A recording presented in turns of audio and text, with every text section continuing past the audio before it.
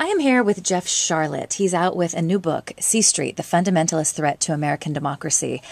Jeff introduced us to the family 2 years ago, which is a secretive group of fundamentalist religious politicians who live at 133 C Street in D.C. And Jeff says, based on the documents he found and the interviews he did, C Street is more dangerous than ever. So, Jeff, we just finished our radio show, and your book is full of explosive information that I think everybody needs to read. Give us just kind of a thumbnail sketch about C Street. Why do you think they are more dangerous than ever? C Street, I should say, is the house for congressmen where they're run by the oldest and most influential Christian right organization in America called the Family or the Fellowship, a group that has the idea that God cares not about the masses, not about everybody, but about those whom they call top men, key men, elites like Senator John Ensign, Governor Mark Sanford, the guys at the center of the scandals, the C Street sex scandals that they covered up.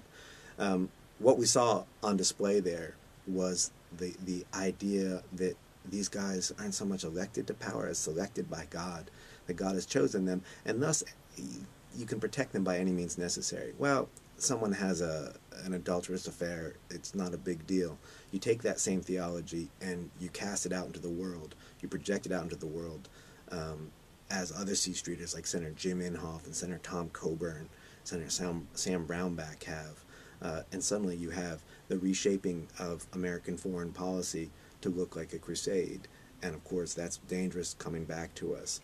It's dangerous now because you have at the same time this growing movement in the military, a fundamentalist front, unlike anything that's ever existed in this very conservative institution, but where everyone takes an oath to protect and defend the Constitution with their lives. They're losing hold of that oath. I spoke to officers at every level talking about what frankly should be called a holy war, what they call spiritual war, the greatest magnitude. The transformative moments in American life are when these two kinds of things converge.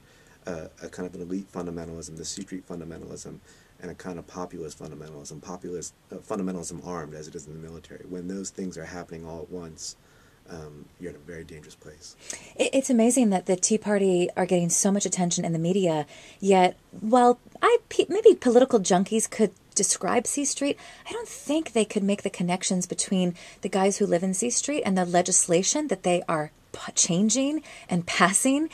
When you did your research, what two pieces maybe of legislation really sticks out to you? And we're talking about legislation that is actually affecting people's lives right now. Well, one was the Stupak-Pitts Amendment. This was Bart Stupak, a guy who lives in C Street, moved out, conservative Democrat, and Representative Joe Pitts, very conservative Republican. It was an anti-abortion amendment to the Obama health care plan. It didn't pass, but it nearly derailed the health care plan. It massively weakened that plan, so what we got isn't that great. But more disturbingly, the compromise that they were able to win for themselves was a process by which they could Stupak the states, as it's called. They could go through state by state, stripping away reproductive rights. So we're at this moment now where reproductive rights are in a worse place than they've been anywhere since Roe v. Wade. And that's a project that really kind of grew out of those alliances that happened at C Street. The group pledged its support to Joe Pitts and his anti-abortion fight 30 years ago. They've been with him the whole way. They've now seen the fruition of their struggle.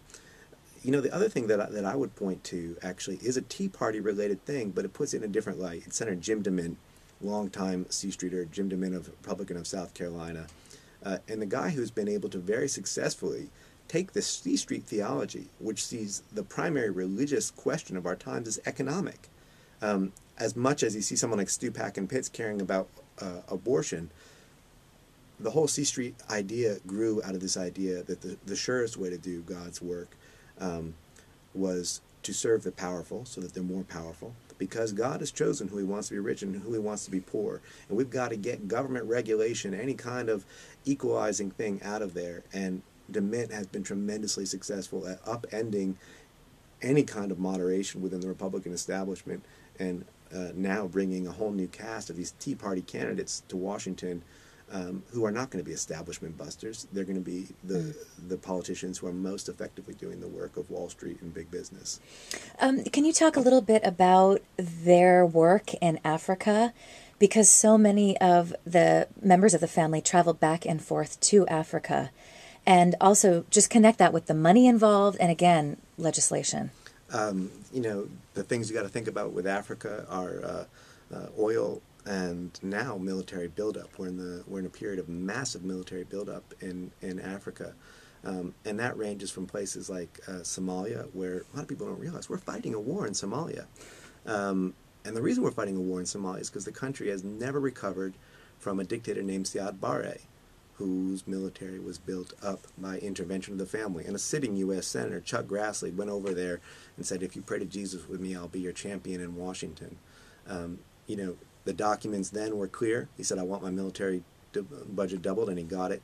And what's happening now is clear. We're massively increasing the military budget of Uganda, fighting a proxy war for us in Somalia. It gets kind of dizzying, but remember, it's about the money. It's about defense contracts. When I was in Uganda, speaking with the family's liaisons there, and they were talking about this horrible bill that they've been involved with, this anti-homosexuality bill, frankly genocidal. The Americans say, well, we can't go that far with you. Even Senator Inhofe says, we can't go that far with you. The Ugandans said, but they have agreed that we can continue to work together on other biblical issues like defense contracts. That's a biblical issue. That's the same idea that Senator Jim DeMint is trying to bring to Washington. It's this idea that everything, especially economics, especially the money, oil, should be filtered through the lens of what they call Jesus plus nothing. What's in store for the future of the family? Where does this go from here? It's hard to say. I had high hopes after the big scandals. There was a lot of focus on the sex scandals, and I thought, well, at least that's the end of C Street, because what congressman is going to tell his wife that he's moving to Washington? He's going to move in this house where they kind of keep your mistress secret for you and arrange payoffs for her. Well, apparently a lot of them are continuing to do it. Some of them, though, have scattered. Senator John Thune, who wants to run for president, had to leave. Bart Stupak just got out of Congress altogether. But others are doubling down. Meanwhile, the organization, partly because of what happened in Uganda, because it is so horrifying and because there was scrutiny, has finally gone public. And, they paid me a compliment that I like. One of the leaders of the family went on TV and they said, why are you going public now? And he said, Sharlet's book.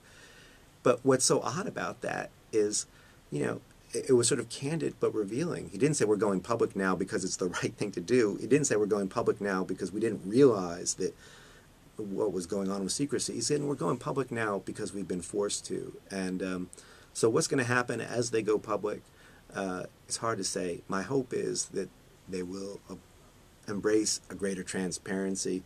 And as that happens, some of the more extreme things that they're capable of, the things that they're able to do, as the leader of the group says, the more invisible you can make your organization, the more influence it will have. Now they're visible, so maybe that influence will start to wind down. Well, in parts, our next parts, we're going to talk about the family and women, and then we'll also talk about the family and media coverage. This is Jeff Sharlet. We are recording this at the studios of KALW Public Radio in San Francisco. Jeff is author of the frightening but must-read book, C Street, The Fundamentalist Threat to American Democracy.